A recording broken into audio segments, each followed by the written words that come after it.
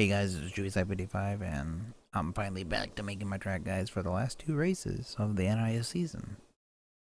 Being that there's only two races left, might as well get these out now before the next season starts because I'm only gonna do Daytona and Talladega next year. Unless the cars change with the real life cars, then I'll completely redo the whole thing. Anyways, we're at the new Phoenix, as you can see here, with open dog leg, which is, I don't think it's a good thing, but people are gonna cut that like crazy, and there's really no need to at this place, and a cup car. Anyways, we used to run the old one here, and well, obviously we used to run the old one, if you guys are familiar with this, and we just got the new one to race not too long ago, and I guess we'll race this then. And anyways, oh, I didn't do my usual thing of checking the weather. See, there's your weather. All right, good enough. So we'll just go ahead and right on it. As you can see, here we are, and crap, I forgot what I was gonna say. I lost my train of thought. Anyways, there's a lot of other things to this build, but whoever watches these should already know. If not, there's an empty box. Look them up. They've done reviews on that. I thought about it, but why? Channel's not big enough. Not even close to big enough. So, anyways, that's about me talking. We'll just go ahead and go through this line.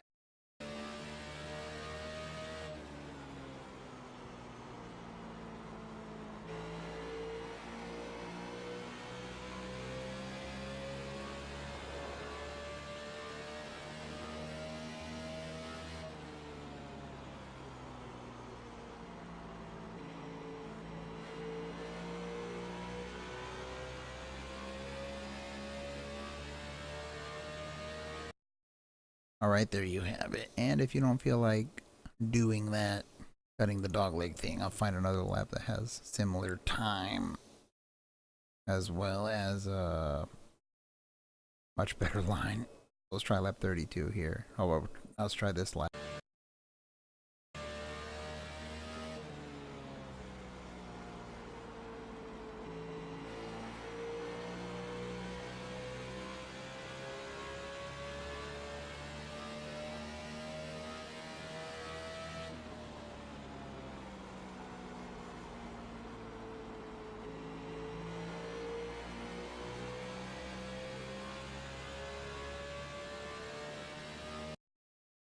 Now for a race, I recommend using this line that I just did.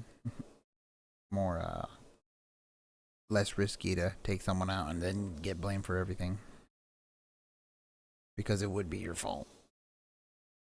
There's no need to cut the freaking apron, but qualifying, sure, go for the first line.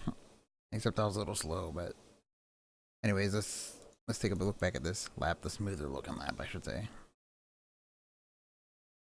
So we'll be going down here on the front straightaway, and you can see that these little 3-cone markers. Maybe just zoom that in a little bit. There's the first one. You want to pass that at right. Let's say a car length or half a car length before these two is where you want to get on the brakes. I'll play that slow mo for you, and you want to drive it. Let it. What am I saying? You'll be on the brakes and gradually letting off, pretty much right to where that wall ends. And once that wall ends, let it roll till it gets right to the line and start picking the gas up.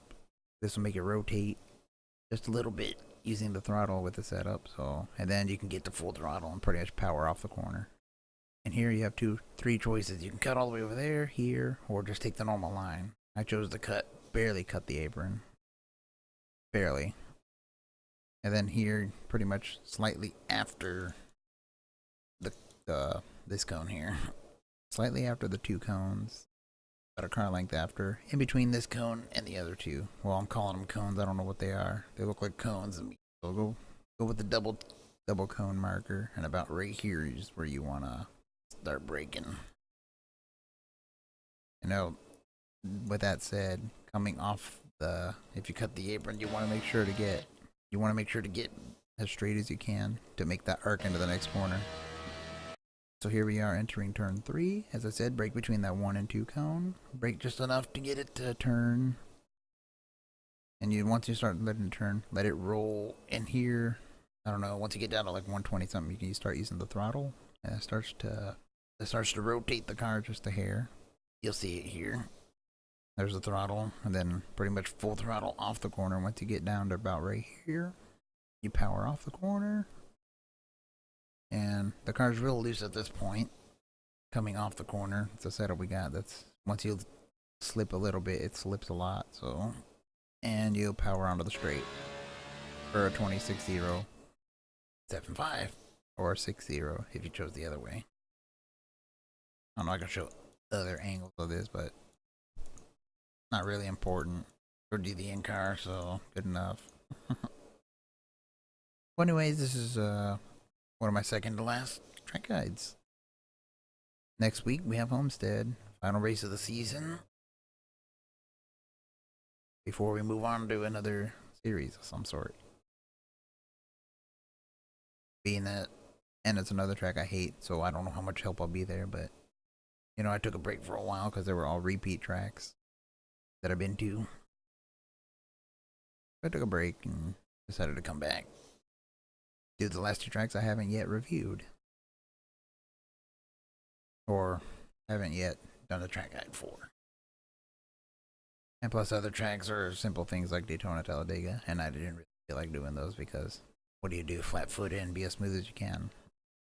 Alright, enough of me talking. You know, you can click somewhere up here by the Phoenix logo for, you know, to subscribe, and for future videos you can stay for a little box about this yay big, and it'll show you other videos that I've done from the previous weeks, previous series in the track guide series, or previous races in the track guide series.